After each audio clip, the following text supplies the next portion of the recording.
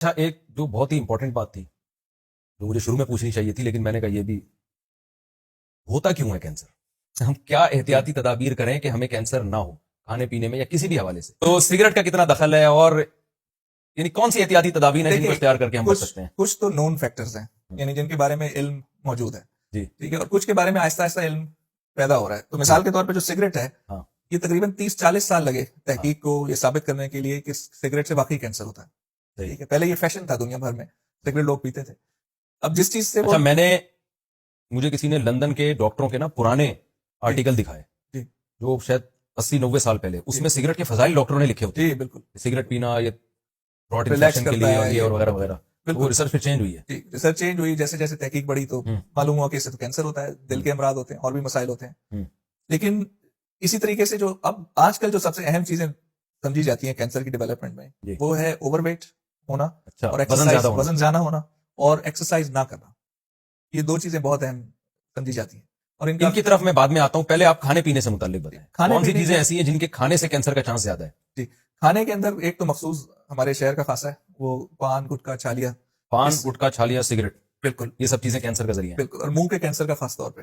گٹکے والے تو میرے بہت سے دوست منہ کے کینسر سے ان کی ڈیتھ ہو چکی. جو ہمارے اسکول کے دوست تھے گٹکے کھاتے تھے، میں جانتا ہوں ان میں بہت سو کی ڈیتھ ہو گئی، جوانی میں فوت ہو گئے. اور یہ ڈیتھ سے بھی زیادہ جو ہے نا، میں نے تو کچھ پیشنٹس کو دیکھا، اللہ رحم کرے، بہت تکلیف دہ عمل ہے کیونکہ کچھ لوگوں کو زبان کا کینسر ہو جاتا ہے، آدھا پورا ڈاکٹر جبڑا کاٹ دیتے ہیں ان کا. بالکل، اور اس کے باوجود بھی علاج نہیں ہو پاتا کیونکہ یہ حصے بھی اتنے سینسیٹیو ہے کہ یہاں پر انفیکشن زیادہ ہو جاتے ہیں، پھر اور مسئلے مسائل شروع ہو جاتے ہیں. تو یہ بہت مشکل مرحلہ ہوتا ہے پیشنٹ کے لیے بھی اور ان کی فیملیز کے لیے بھی. اس کے علاوہ جو ہے خوراک جو ہے وہ ہم کہتے ہیں بیلنسڈ ڈائٹ. بیلنس کا مطلب یہ ہوتا ہے کہ بھئی آپ بہتر فہم اس کی بتا سکیں گے.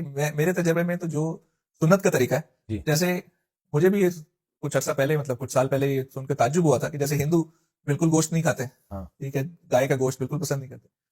اب بتائیے گا اگر میں غلط کہہ رہا ہوں، نبی پاک صلی اللہ علیہ وسلم بھی بہت زیادہ اس کو بہت زیادہ نہیں کھاتے تھے جہاں تک میری. نبی صلی اللہ علیہ وسلم نے جو کھایا ہے نا وہ اونٹ کا اور بکری کا گوشت ہے، تو تھا ہی نہیں. گائے عرب میں ابھی بھی نہیں ہے، سعودی عرب میں.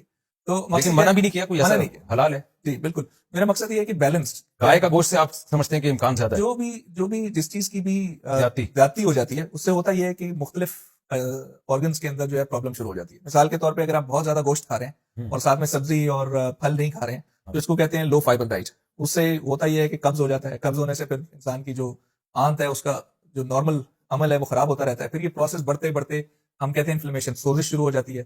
یہ فوراً نہیں ہوتا، یہ ٹائم لگتا ہے، سالوں کے اندر ہوتا ہے. لیکن اگر ہم اس کے بارے میں سوچیں تو انسان یہ کام اپنے جوانی سے بچپن سے کر رہا ہوتا ہے. تو جب وہ ابھی 40-50 سال کا بھی ہوگا یا 60 سال کا ہوگا تو 30-40 سال پڑے ہیں بیچ میں کہ یہ غلط کام کرتے کرتے کرتے کرتے پھر اس کے بعد جا کر وہ سوزش جو چل رہی ہے بار بار، اس سے کینسر ڈیولپ ہو گیا. صحیح. اچھا، اس میں جو ہے گوشت کا دخل ہے یا قبض کی وجہ سے ہو رہا ہے؟ یہ دیکھیے ہو تو فائنلی قبض کی وجہ سے رہا ہے، لیکن قبض جو ہے وہ گوشت سے لنکڈ ہے کیونکہ اگر آپ فائبر کے بغیر گوشت کھاتے ہیں تجربہ وہ ہضم نہیں ہوتا. بالکل جی بالکل. اگر کوئی گائے کا گوشت کھا رہا ہے اور ساتھ میں سیلیڈ بھی بہت کھا رہا ہے، کچا پیاز وغیرہ ملا کے کھا رہا ہے، قبض نہیں ہونے دے رہا، تو پھر بھی نقصان دے گا اس کو. بالکل آپ صحیح کہہ رہے ہیں کہ کسی طریقے سے اس کو کنٹرول کرنا. لیکن بات پھر یہ مشاہدہ یہ ہے کہ اگر آپ بہت زیادہ یعنی دن میں ہفتے میں 7 دن اگر گوشت کھا رہے ہیں تو اس کے ساتھ کتنا کا آپ فائبر لیں گے، کیونکہ اس کی وجہ یہ ہے نا کہ اس کو بیلنس کرنا پھر مشکل رہے گا. تو اگر آپ ہفتے میں 2-3 دن گوشت کھا رہے ہیں اور 2-3 دن سبزی ہے، پھر اس کے ساتھ گوشت بھی سبزی کے ساتھ بھی کھایا جا سکتا ہے، کوئی مسئلہ نہیں. لیکن اتنی انف تعداد میں کھایا جائیں باقی چیزیں بھی، پھل سبزی وغیرہ، کہ اس سے انسان کی جو آنتیں ہیں وہ چلتی ہیں. اپنی خوراک میں گوشت کے ساتھ سبزیاں بھی رکھے، پھل بھی رکھے، جو بیلنس ڈائٹ ہے. ایک ہی چیز کو جیسے ہمارے باڈی بلڈر لوگ جو ہے نا، جی یہ پورے بکرے پھوڑنا شروع کر دیتے ہیں اور وہ بہت نقصان دہ ہوتا ہے. لیکن ایک چیز اہم یہ ہے کہ یہ سب چیزیں بھی آپ کر لیں تو اس کے بعد سب چیزیں اچھی کریں. اور خاص طور پہ یورپ میں تو لوگ زیادہ تر لوگ جو ہیں بہت خیال رکھتے ہیں. صبح 70 سال کے لوگ، 80 سال کے لوگ سڑکوں پہ سرد موسم میں بھاگ رہے ہوتے ہیں اور ساتھ میں خوراک بھی بڑی بیلنس رکھتے ہیں، لیکن اس کے باوجود بھی کینسر ہو سکتا ہے. اب اس میں اکثر لوگ سوال مجھ سے یہ کیا کرتے تھے کہ بھائی پھر فائدہ کیا ہوا، ہم نے کمپرومائز بھی کر دیا. تو وہ میرے ذہن میں ایک دینی تشبیہ آتی ہے کہ جب انسان کتنی بھی کوشش کر لے، نماز، روزہ، حج، زکوٰۃ سب کچھ کر لے، تو یہ حدیث ہیں جیسے یہ ثابت ہوتا ہے کہ ایک شخص ساری زندگی نیک عمل کیے اور آخر میں کچھ اس نے ایسا کیا کہ وہ غلط سائڈ پہ ختم ہو گیا. تو یہ دلیل جو ہے کہ بھئی انسان اس کے لیے کوشش ہی نہ کرے، یہ اچھی دلیل نہیں ہے کسی بھی زندگی کے عمل کے لیے. یعنی آپ کا کہنے کا مقصد یہ ہے کہ کینسر جن باتوں کی وجہ سے ہوتا ہے، اگر کوئی احتیاط بھی کرے تو اس خوش فہمی میں نہ رہے کہ اب مجھے نہیں ہوگا. وہ پھر بھی سکتا ہے لیکن ظاہر چانسز کم ہو جاتے ہیں. جی بالکل، ہم اسباب کے مکلف ہیں. بالکل کہ ہم اس کے مکلف ہیں کہ ہم جیسے احتیاط گارڈ رکھے ہوں اور پوری احتیاط کرو پھر بھی کوئی بندہ مار کے چلا جاتا ہے. بالکل. موبائل آپ گھر میں رکھے گئے پھر بھی بندہ مار دیا. کراچی میں تو ایسا ہو رہا ہے. جی لیکن ظاہر ہے اب کراچی میں آپ موبائل ہوا میں لے کے تو نہیں گھومیں گے نا. جی بالکل. تو وہ کووڈ کے دنوں میں نا ہمارا تو آپ سے رابطہ تھا, آپ تو پراپر ریسرچ کر رہے تھے, تو میں نے بیان کر دیا کہ بھائی احتیاط کرو. تو میں یہ بیان کر کے مصیبت میں آ گیا. میں نے کہا بھائی SOPs پر عمل کریں. تو مصیبت میں آ گیا. لوگوں نے کہا مجھے کلپ بھیجنا شروع کیا, وہ دیکھو 15 دن اس نے اتنی احتیاط کی اور پھر بھی کورونا ہو گیا, اور اس نے بالکل بھی نہیں کی, اس کو کچھ بھی نہیں ہوا. میں لوگوں سے کہتا ریسرچ کا یہ طریقہ نہیں ہے. بالکل. ریسرچ کا طریقہ یہ ہے کہ جتنے لوگوں نے احتیاط کی ہے نا, ان تمام میں دیکھیں ریشو کتنا ہے. بالکل. اور جو لوگ جنہوں نے بے احتیاطی کی ہے ان تمام لوگوں کی کا ڈیٹا جمع کریں جی, اور پھر بتائیں کہ اس میں کتنے لوگوں کو بالکل کتنے بچے ہوئے ہیں. صحیح بات. یہ تھوڑی کہ اس نے احتیاط کی تھی پھر بھی ہو گیا تو لہٰذا کوئی بھی احتیاط نہ کرے. آپ یا تو پوری آبادی کا ڈیٹا جمع کریں, اور پھر اسی طرح ہم لوگوں سے کہتے ہیں کہ آپ جتنا بھی صحت کے اسباب اختیار کر لیں. وہ بہاری لوگوں میں مشہور ہے کہ جب مصیبت آتی ہے نا تو اونٹ پہ بیٹھے ہوئے آدمی کو بھی کتا کاٹ لیتے ہیں. حالانکہ کتے کا وہاں کنوینس تھوڑی ہے, کتے کے پاس وہاں تک پہنچنے کے لیے انتظام چاہیے. بالکل. تو اس میں یہ کہنا کہ جی یہ میں لوگوں کو بتا رہا ہوں کیونکہ لوگ یہ بات ہمارے پاکستان میں یہ بہت ہے کہ شوگر کا مریض ہوگا لڈو کھا رہا ہوگا کہ یار کچھ نہیں ہوتا, وہ فلانے بھی کھایا کرتے تھے, فلانے بھی کھایا کرتے تھے. تو میں لوگوں سے کہتا ہوں کہ آپ جب یہ کہتے ہیں نا کہ ہم احتیاط نہیں کرتے کیونکہ فلانے بڑی احتیاط کی تھی پھر بھی مر گیا, تو آپ ڈیٹا جمع کریں کہ احتیاط کرنے والے لوگوں میں جلدی موت کا کتنا ریشو ہے اور احتیاط نہ کرنے والوں میں. تو پھر آپ کو صاف پتا چلے گا جو ایک اچھی لائف گزارتے ہیں, صحت مند لائف گزارتے ہیں, جو احتیاط کرتے ہیں, ایکسرسائز کرتے ہیں, بیلنس ڈائٹ ہے, ان میں جلدی موت کا ریشو کم ہے.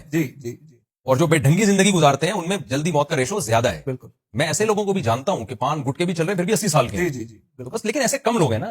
ایسے بہت ملیں گے آپ کو جو سگریٹ پیتے تھے اور 60-70 نہیں کراس کر پائے. وہ میں نے تو اپنی زندگی میں جتنے بھی سگریٹ پینے والے دیکھے ہیں بچپن سے, تو وہ 60-70 سے اوپر تو کوئی بھی نہیں گیا. اللہ ماشاءاللہ کوئی اللہ کسی کو بچا لے. تو یہ بات آپ کی ٹھیک ہے جو لوگوں کے سمجھنے کی ہے کہ ہم نے کینسر سے بچاؤ کے لیے احتیاط کرنی ہے, باقی تیار پھر بھی رہنا ہے. جی بالکل. کہ وہی بات ہے کہ مرنا تو ہے نا. ہمارے ایک ریلیٹیو ہیں, میرے رشتے دار ہیں, امریکہ میں ہوتے ہیں, بہت میرا ان سے بڑا گہرا تعلق ہے. شوگر کی بہت احتیاط کیا کرتے تھے, ان کو پھر بھی شوگر, بڑی خطرناک شوگر ہوئی. تو میں نے ان سے کہا آپ تو اتنی احتیاط کرتے تھے, شوگر ہو گئی آپ کو. انہوں نے کہا بھائی مرنا بھی تو ہے نا, لے کے تو جانا ہے, اللہ سے تھوڑی لڑ سکتے ہیں. لیکن وہی ہے کہ ہم احتیاط کے مکلف ہیں.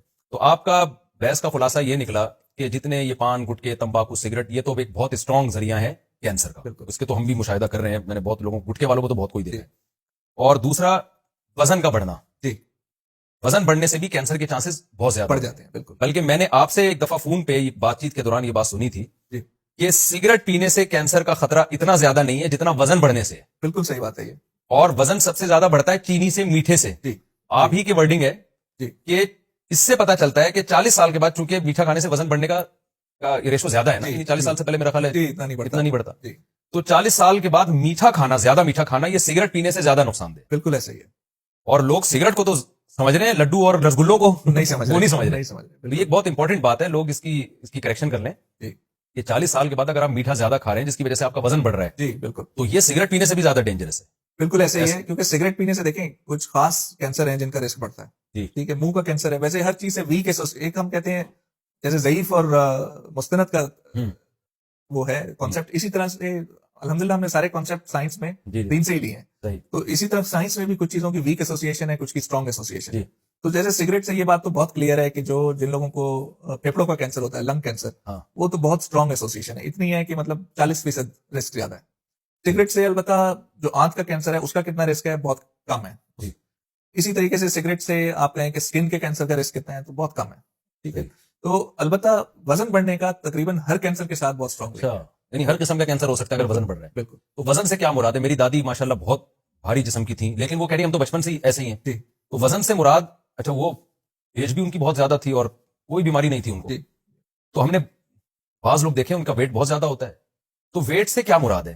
کیونکہ یہ ماس کا ویٹ یہ یا فیٹ چربی ہونی چاہیے, اس کا ویٹ مراد ہے. دیکھیے کچھ لوگوں کو جیسے آپ فرما رہے ہیں, کچھ لوگوں کا تو نیچرلی پیدائشی ویٹ زیادہ ہوتا ہے. ٹھیک ہے, اور وہ اس کو کنٹرول کرنا جو ہے وہ تقریباً ناممکن ہوتا ہے. ان کے جسم میں کچھ ہارمونز ایسے ہوتے ہیں جس کی وجہ سے ان کا ویٹ عام لوگوں سے بچپن میں ہی ہم دیکھتے ہیں, کوئی کا دوست ایسے ہوتے ہیں کلاس میں, تو اس میں اسٹرکچر ہی ان کا اسی طرح اسٹرکچر اس طرح ہوتا ہے. اور وہ پھر وہی بات ہے کہ ان کو کوئی خطرہ نہیں ہے. خطرہ تو ہوتا ہے یقیناً, اچھا, لیکن یہ ہے کہ مطلب اس کے سلسلے میں ہم کچھ کر نہیں سکتے. وہ اللہ کے نظام ہے. جس طرح میں ایسے علماء کو جانتا ہوں ایک وقت کا کھانا کھاتے ہیں وہ, لیکن وہ بہت زیادہ ویٹ ہے ان کا. اور وہ کہتے ہیں کہ لوگ ہمیں سمجھتے ہیں پتہ نہیں ہم کتنا کھاتے ہوں گے, حالانکہ وہ بہت تھوڑا کھاتے ہیں, لیکن وہ ہیں اسی طرح. یہ ہے کہ پھر دوسرا جو, اچھا ان کا بھی ویٹ ان کو نقصان دے سکتا ہے, اس طرح ویٹ نقصان دے سکتا ہے بالکل. اگر وہ کم کھانے کی باوجود بھی ہے تو اس کے اندر پھر یہ ہے نا, دوسرا ایلیمنٹ جو ہے وہ ایکسرسائز کا. تو یعنی ان کو بھی اپنا ویٹ کم کرنا چاہیے جو کوشش بائی پوری نیچر کرنی ہی چاہیے. بھاری جسم کے ہیں ان کو بھی کم بالکل. کرنا چاہیے. یا کم سے کم اپنی فٹنس بڑھانی چاہیے.